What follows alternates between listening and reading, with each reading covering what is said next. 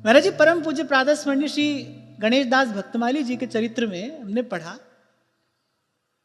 उनके संग रहे अत्यंत अद्भुत महापुरुष थे परम पूज्य श्री हरेराम बाबा, विलक्षण महापुरुष। उनकी रहनी देखकर कोई कल्पना भी नहीं कर सकता कि आध्यात्म के ऐसे उच्चतम स्तर तक इनकी पहुंच है। और अटपटा सा व्यवहार करते थे। आपने घर पे बुलाया, अब सिद्ध महापुरुष तो थे ही, अब मान लो उनको ये पता है कि आजकल बाजार में टमाटर नहीं मिलता, तो आपके यहां पर आकर कहेंगे भैया टमाटर लाओ, आजकल वही खाने का नियम है, और कुछ तो पा ही नहीं रहे। और व्यक्ति के हाथ पांव फूल जाएं, क्या करें? प्रयास पूर्वक माने संसार से बचे रहे, जानते हैं संसार का स्वरूप क्या है।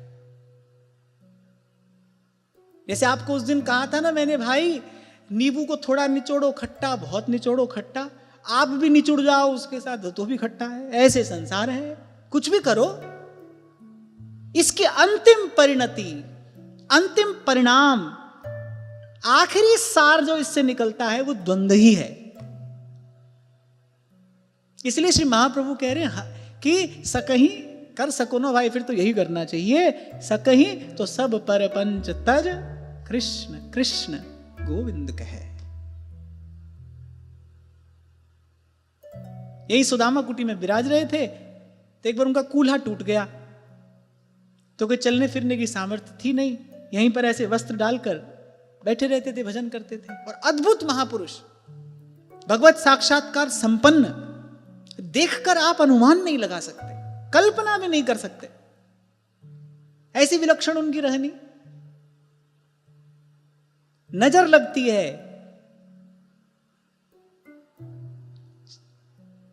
एक इत्र होता है, एक रूह होता है। जिस शीशी में रूह रखा हो, आप थोड़ा सा ढक्कन ढीला छोड़ दो, ऐसे उड़ते उड़ते उड़ जाएगा, वो समाप्त हो जाएगा। लाख प्रयास करके अपने भजन भाव को छिपाना चाहिए। अंतर्यामी जानी है अंतर्गत का भाव। कबीर कहते हैं जो तेरे मन में सांच है, अरे कह ना जनाब, अंतर्यामी जानी है अंतर्गत का भाव।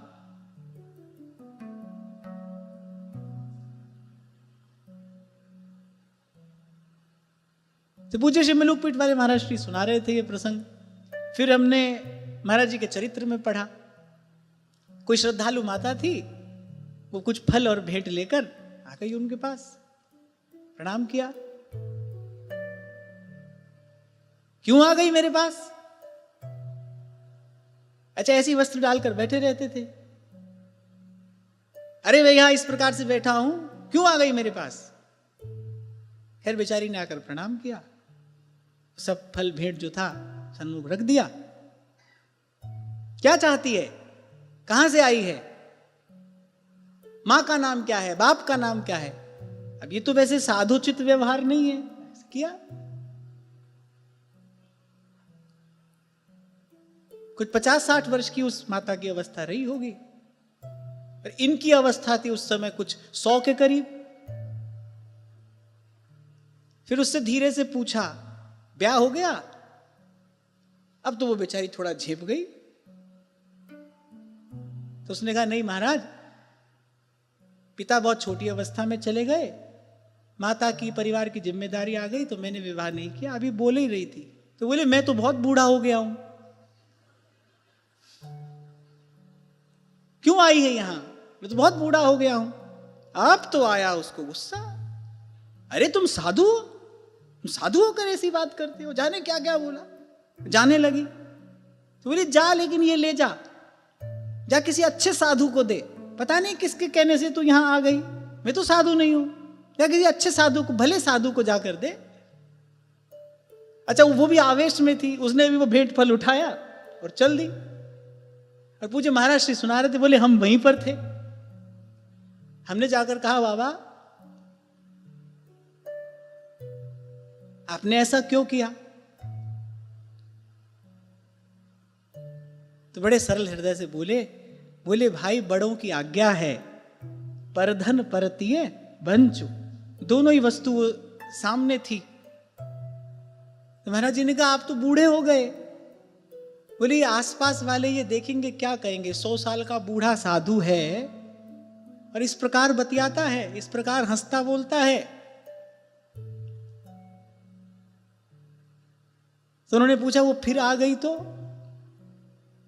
बोले अभी तो कुछ नहीं कहा, फिर आ गई तो गाली दूंगा।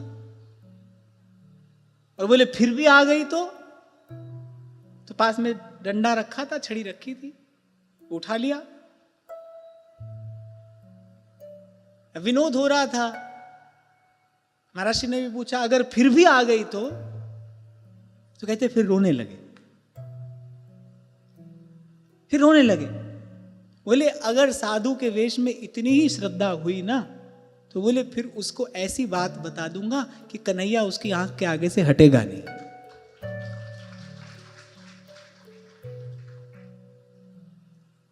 फिर कन्हैया आंख के आगे से हटेगा नहीं, फिर ऐसी बात बता दूंगा।